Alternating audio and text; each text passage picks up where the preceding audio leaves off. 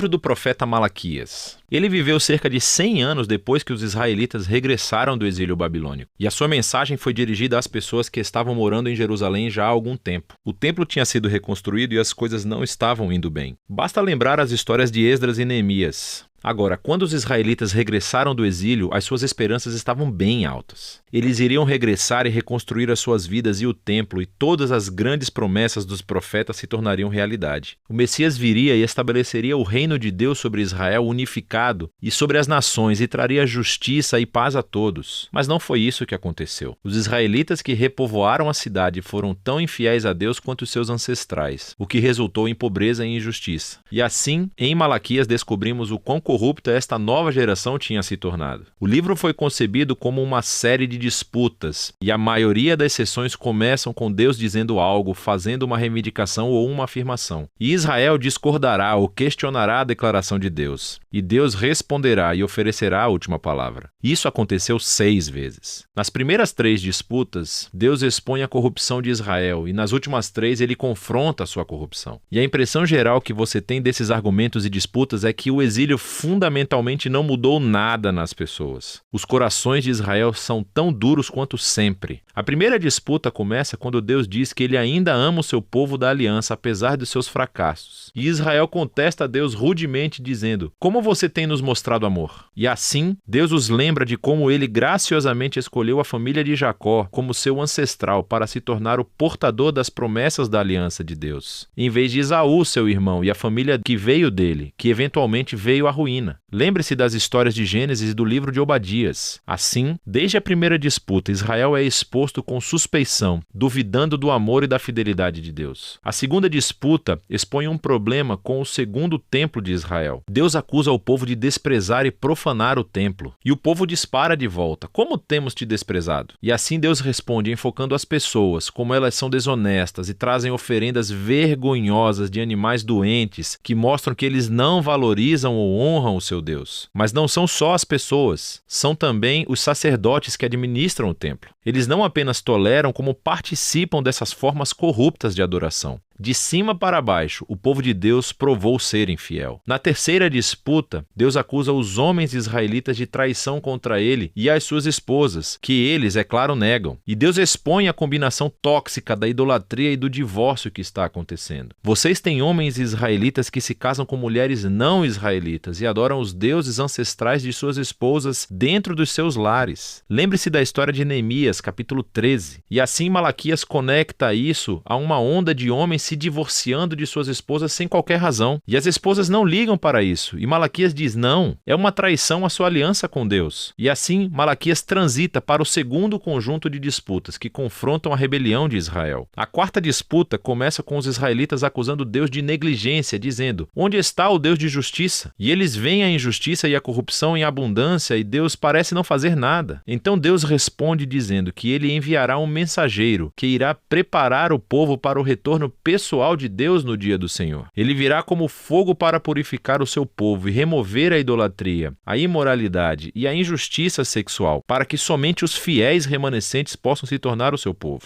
Na quinta disputa, Deus chama o povo para voltar-se a ele. E as pessoas dizem: como podemos voltar atrás? Deus confronta o seu egoísmo. Ele mostra como eles pararam de oferecer o dízimo dos seus rendimentos para o templo. Agora, essa palavra dízimo significa apenas 1/10. É a quantia do rendimento e fruto do seu trabalho que os israelitas deveriam doar anualmente para apoiar o templo e os seus sacerdotes. Essa prática é apresentada em diferentes partes da Torá. Agora, sabemos através de Malaquias e do livro de Neemias que as pessoas estavam negligenciando essa responsabilidade. E assim o templo caiu em desuso. E Deus os confronta. Ele diz que quer abençoá-los com abundância, mas somente se eles forem fiéis. Na disputa final, as pessoas acusam Deus e dizem que é inútil servi-lo. Eles veem pessoas más e orgulhosas tendo sucesso na vida e Deus não faz nada. E a resposta de Deus pela primeira vez no livro não é um discurso, mas sim uma pequena história sobre os fiéis remanescentes de Israel. Pessoas que temem o Senhor e amam se reunir e falar sobre como honrar a Deus e servi-lo. E assim, Deus ordena que um pergaminho de memória seja escrito para essas pessoas, para que possam ler o pergaminho e se lembrar do caráter e das promessas de Deus.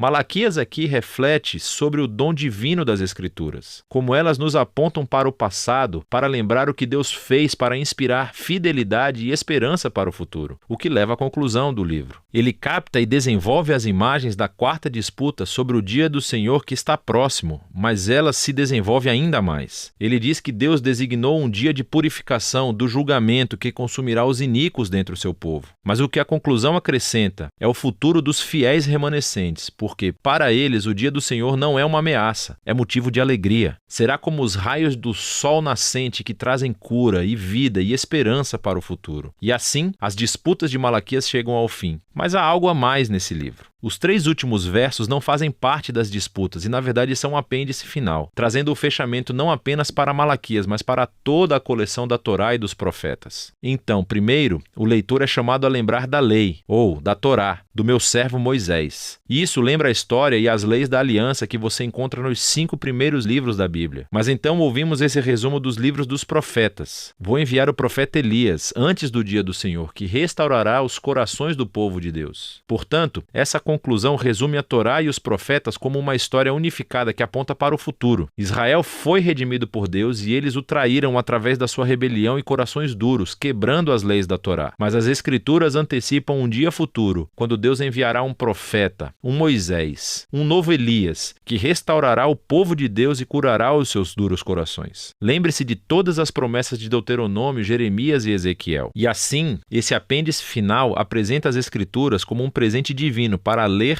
ponderar e orar. Eles dizem a verdade sobre a condição humana, sobre o nosso egoísmo e o nosso pecado, mas também anunciam a promessa de Deus de que um dia ele enviará um mensageiro e depois compareceria pessoalmente para enfrentar o mal, restaurar o seu povo e trazer a sua aliança. E é dessa esperança futura de que tratam Malaquias, a Torá e todos os profetas.